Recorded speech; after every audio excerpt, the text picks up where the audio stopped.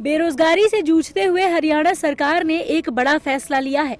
हरियाणा सरकार ने 10,000 निर्माण श्रमिकों की भर्ती के लिए एक विज्ञापन जारी किया है, जिन्हें इजराइल भेजा जाएगा। इजराइल एक ऐसा देश जो 2 महीने से अधिक समय से हमास के साथ युद्ध लड़ रहा है। इजराइल में मजदूरों की भारी कमी हो चुकी है।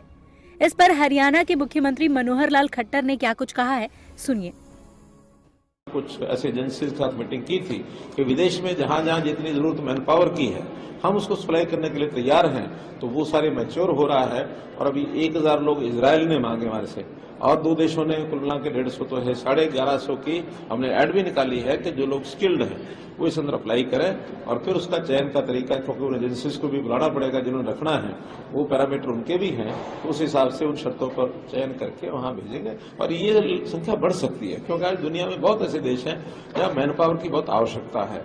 और उस मैन पावर के नाते से अब भी वैसे भी हमारा युवक हरियाणा और पंजाब के तो विदेश में जाने के लिए तरह तरह के हथकंडे अपनाते हैं।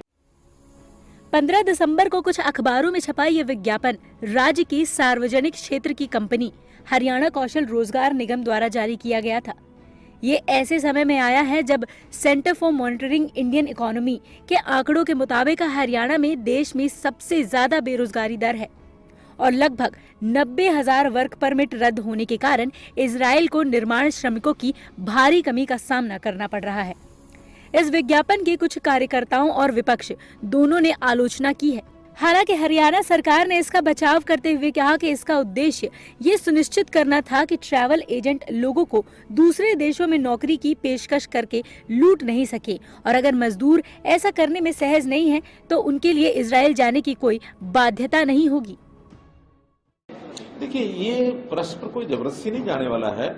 आखिर एक मौका है, उन्होंने डिमांड की हुई है। आखिर ऐसा नहीं कि इजराइल में कोई रहते नहीं है। इजराइल में कोई पूरा इजराइल थोड़ी खाली हो गया है। और इजराइल में अगर उनकी आवश्यकता है, वहां दूसरे देशों से लोग वहां आते थे, अब दूसरे देश के लोग वहां नहीं आएंगे, हमारे वहां जाएंगे, तो जिनकी इच्छा वो जाएंगे।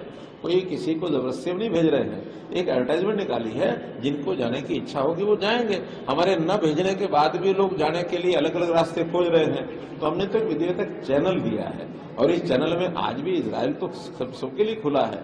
ऐसा नहीं कि लोग इजराइल जाना बंद हो गए हैं। इस पर हरियाणा से आम आदमी पार्टी के प्रदेशाध्यक्ष सुशील गुप्ता ने सरकार पर निशाना साधते हुए कहा कि पंजाब सरकार अपने युवाओं को वापस बुला रही है, वहीं प्रदेश सरकार मजदूर बनाकर युवाओं को आग में झोंकने की तैयारी कर रही है।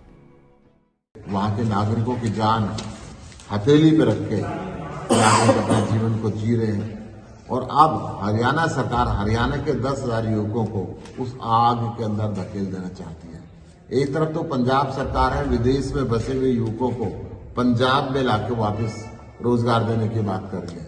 दूसरी तरफ हरियाणा सरकार मजदूर बना के युद्ध क्षेत्र के अंदर भेज देना चाहती है, जिससे आप इस बात का अंदाजा लगा सकते हो कि हरियाणा सरकार कितनी संवेदनहीन हो चुकी है। हरियाणा सरकार ने बताया कि उसका उद्देश्य धोखाधड़ी को रोकना है, और अगर लोग नहीं चाहते हैं तो उसे इजराइल नहीं जाना पड़ेगा। गाजा में स्वास्थ्य मंत्रालय के अनुसार 7 अक्टूबर के बाद से गाजा पट्टी में इजरायली हमलों से कम 19,600 लोग मारे गए हैं, जिनमें ज्यादातर महिलाएं और बच्चे शामिल हैं। नाश्ता तैयार है, जल्दी कर ले। ओके। क्या देख रहे हैं? कुछ नहीं। ओहो, एक बार सूरजवंशी दवाखाना से चेक तो करवा लें। सूरजवंशी दवाखाना, मर्दाना ताकत का खजाना। इंडियन पाकिस्तानी जड़ी बूटियों के साथ साथ चाइनीज, कोरियन और यूनानी जड़ी बूटियों के स्पेशलिस्ट। मर्दाना कमजोर और बे औलादों के लिए खास तोहफा, खुशगवार जिंदगी का राज। सूरजवंशी दवाखाना से इलाज 4169925489।